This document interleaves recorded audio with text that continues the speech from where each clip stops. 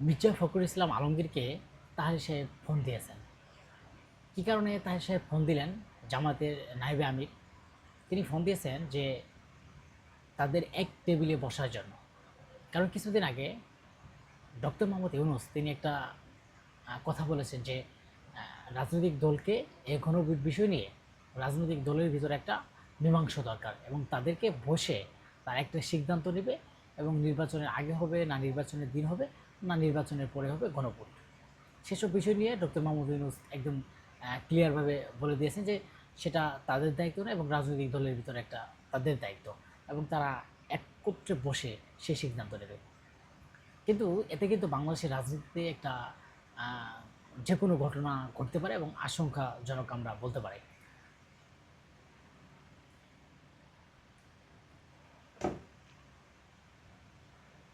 কেন আমরা বলছি যে আশঙ্কাজনক?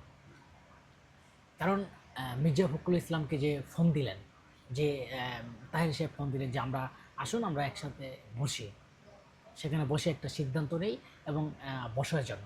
কিন্তু মির্জা ফখরুল ইসলাম বলেছেন যে তাদের দলের ভিতরে সেই বিষয় নিয়ে আলোচনা করবে এবং দল থেকে যদি পারমিশন আসে তখন বসবে এবং কি তাদের এরকম কথাবার্তা বলবেন। কিন্তু সাংবাদিকদের জিজ্ঞাসায় ডক্টর মির্জা ফখরুল ইসলাম ক্লিয়ারভাবে বলেছেন যে আসলে আমরা নির্বাচনের আগে গণভোট চাই না, সেটা নির্বাচনের দিন হতে পারে বা নির্বাচনের পরে হতে পারে। কিন্তু তাদের ক্লিয়ার, কিন্তু জামাতেরও ক্লিয়ার নির্বাচনের আগে লাগবে। এখন কি হচ্ছে? এনসিপি চুপ করে বসে আছে। এনসিপি দেখছে যে তাদের দলের ভিতর বিএনপি এবং জামাতের ভিতর যে একটা কোন্দল হচ্ছে, এতে কিন্তু প্লাস পয়েন্ট হচ্ছে এনসিপির জন্য। যখন বাংলাদেশের মানুষ বুঝতে বুঝতে চাচ্ছে এখন যে একসময় বলেছে যে আওয়ামী লীগ এবং বিএনপি একই। আসলে পানি পিপাসা লাগছে তো।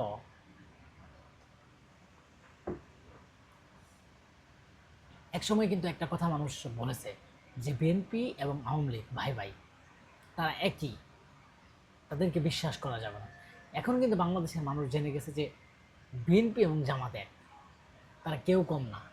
কারণ ক্ষমতায় যাওয়ার আগেই বিভিন্ন দাবি দাওয়া নিয়ে একটার পর একটা তারা মাঠে নামছে, একটু পরপরই তারা মাঠে ঘাটে নামছে, বিভিন্ন প্রতিশ্রুতি বিভিন্ন কথা, তাদের শেষ নাই। কিন্তু এই যে মানুষের মনের ভিতরে এখন একটা আছে যে আওয়ামী লীগ এবং বিএনপি তারা যেরকম এক, এখন জামাত আর বিএনপি এক। এখন মানুষ কি চাচ্ছে? নতুন কোনো রাজনৈতিক দল চাচ্ছে এবং নতুন একটা মানুষের গণতন্ত্র প্রতিষ্ঠা করার জন্য মানুষের কাছে নতুন দলটাকে এনসিপি। এখন এনসিপি এই এদের দুজনের কাহিনী দেখে তারা চুপ করে বসে আছে এবং তারা বলছে আগামী 10 বছরের ভিতরে তারা ক্ষমতায় যাবে। তারা এটা বলতে পারে কী কারণে বলছে?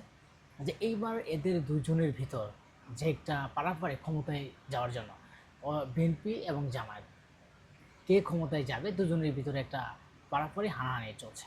কিন্তু এই মুহূর্তে যেই আপনার বিএনপি একদম ক্লিয়ারভাবে বলে দিচ্ছে যে তারা নির্বাচনের আগে গণভোট মানবে না, যদি সেটা দিয়ে মানবে না।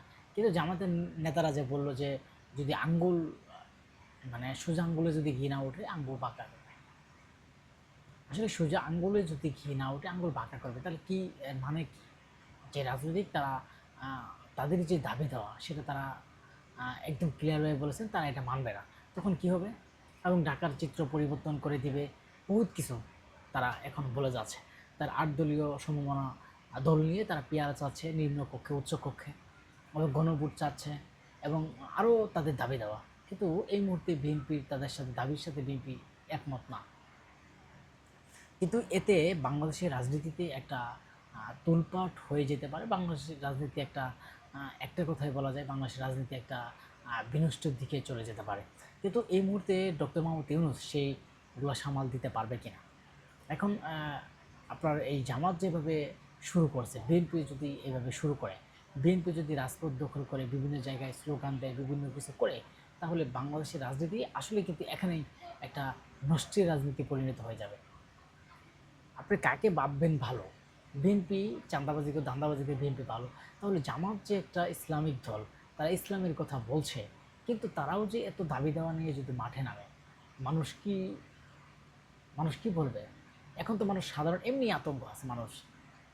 যে বাংলাদেশে একটা সুষ্ঠু সুন্দর পরিবেশ নাই, মানুষের সুষ্ঠু সুন্দর একটা পরিস্থিতি নেই, মানুষ সুন্দর করে এবং হাঁটাচলা বা মানুষ সুষ্ঠুভাবে বা এক জায়গায় মানুষের নিরাপত্তা নাই, সব জায়গায় কাটাকাটি মানাহানি।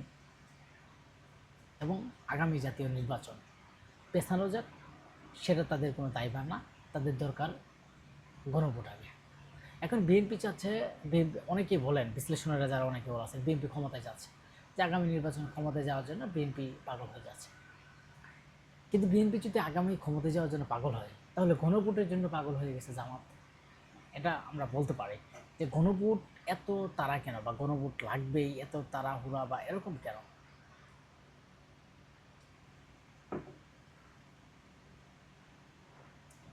এখন মির্জা ফখরুল ইসলামকে যে ফোন দিয়েছেন, এই ফোনে মির্জা ফখরুল ইসলাম এখনও কিন্তু ক্লিয়ারভাবে কিছু বলে নাই। দর্শক সবাই ভালো থাকবেন।